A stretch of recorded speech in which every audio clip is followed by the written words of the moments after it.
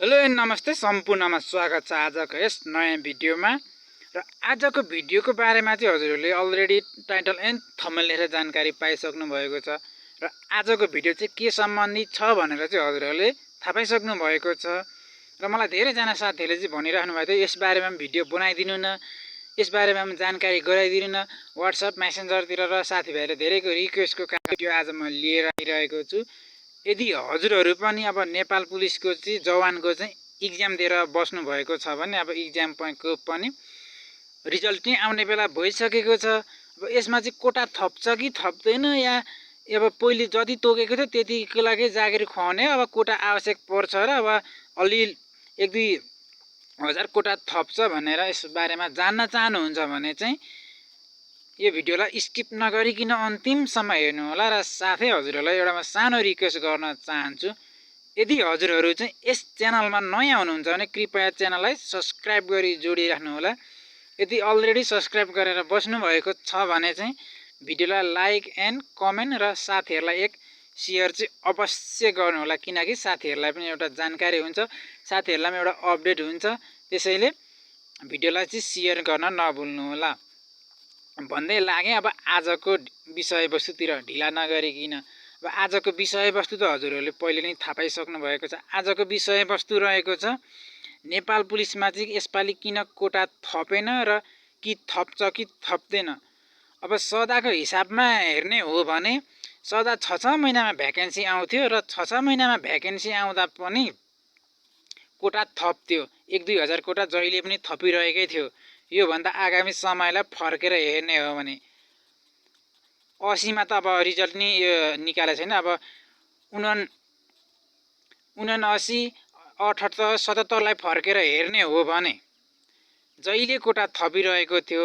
अब 6-6 महिनाको ग्यापमा भ्याकेन्सी आउँथ्यो र पनि, तर यसपालि चाहिँ अब किन कोटा थपिरहेको छैन त्यो मै पनि छक्क परिरहेको छु। किनभने अब यसपालि झन्डै 2 वर्षको ग्यापमा भ्याकेन्सी आयो। अब 2 वर्षको ग्यापमा भ्याकेन्सी आउँदा नि सबैले भनिरहेको थियो 6-7 हजारको हाराहारीमा चाहिँ कोटा आउँछ वा भ्याकेन्सी आउँछ भन्ने सबैले सोचिरहेको थिए। तर भ्याकेन्सी पनि त्यत्रो आएन, भ्याकेन्सी कोटा पनि नर्मलै आयो, त्यत्रो माथि पनि आएन, कोटा नर्मलै आयो।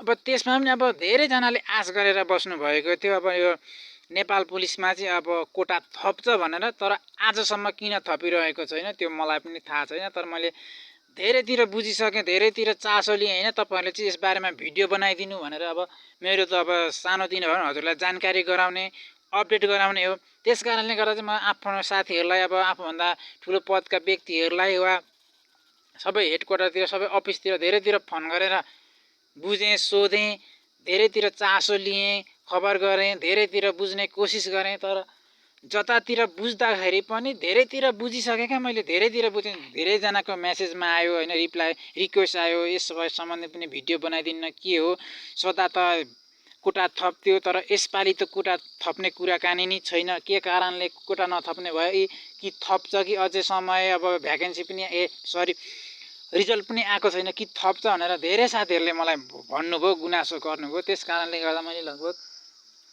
5-6 दिन लगाएर चाहिँ सबैतिर सोधेँ, बुझेँ, खोजेँ। खासमा तपाईँलाई भन्दा कुरा घुमाइकन डाइरेक्ट कुरा भन्नु पर्दा चाहिँ अब आजसम्म कोटा थप्छ या थप्दैन यकिन छैन। मैले धेरैतिर बुझिसकेँ। अब तपाईँलाई कोटा थप्ने या नथप्ने यकिन छैन। अब रिजल्ट आउने मिति पनि भइसकेको छ। अब थपिहाल्यो भने अब यो 13 पछाडिसम्म हजुरहरूलाई एकदमै नोटिस आउनेछ, जानकारी आउनेछ, सूचना आउनेछ। तर त्यही हो, हजुरहरूलाई अलिकति कोटा थपिए पनि अब 2-4 जति थप्यो त्यति व्यक्तिले अलिक बढी जागिर पाउनु भने त्यो अलिक सुविस्ता पर्थ्यो हजुरहरूलाई जागिरमा लाग्नलाई, जागिरमा नाम निक्लिनको लागि सुविस्ता पर्थ्यो। 1-2 हजार कोटा थपिदिने हो भने चाहिँ अब तपाईँले मिहिनेत गरे अनुसार अलिक सुविस्ता तरिका एउटा नाम आउँथ्यो। तर ठिकै छ, अब त्यदि तपाईँले कोटा थपि गएन भने पनि तपाईँले राम्रो मिहिनेत गर्नुभएको छ र सङ्घर्ष गर्नुभएको छ र दुःख गर्नुभएको छ भने तपाईँको नाम पक्कै आउनेछ। र यदि हजुरहरूले अब यत्रो सङ्घर्ष गर्दा गर्दै, दुःख गर्दा गर्दै पनि अब हजुरहरूको नाम आएन भने केही छैन। अब नेपाल आर्मीतिर जानु होला, सशस्त्रतिर पनि जानु होला। अब नेपाल आर्मीतिर पनि भ्याकेन्सी आउने बेला भइसकेको छ। अब तपाईँहरूले अब नेपाल पुलिसमा भन्दा चाहिँ अब नेपाल आर्मीमा चाहिँ धेरैभन्दा धेरै छिटो हुन्छ सेलेक्सन प्रक्रिया। र लिखित बेरिङ चेकहरू अब सबै कुरा चाहिँ समग्रमा मिलाएर भन्नु हो भने त नेपाल आर्मीतिर चाहिँ सबै कुराहरू छिटो हुन्छ। तपाईँले यदि नाम आएन भने पनि अब तपाईँ नेपाल आर्मीतिर जान सक्नुहुन्छ। अब आजको भिडियो चाहिँ खासै केही थिएन, मैले चाहिँ अब यसै सम्बन्धी गुनासो आएको कारणले अब कोटा थप्छ या थप्दैन भन्ने बारेमा हजुरहरूलाई जानकारी दिएँ।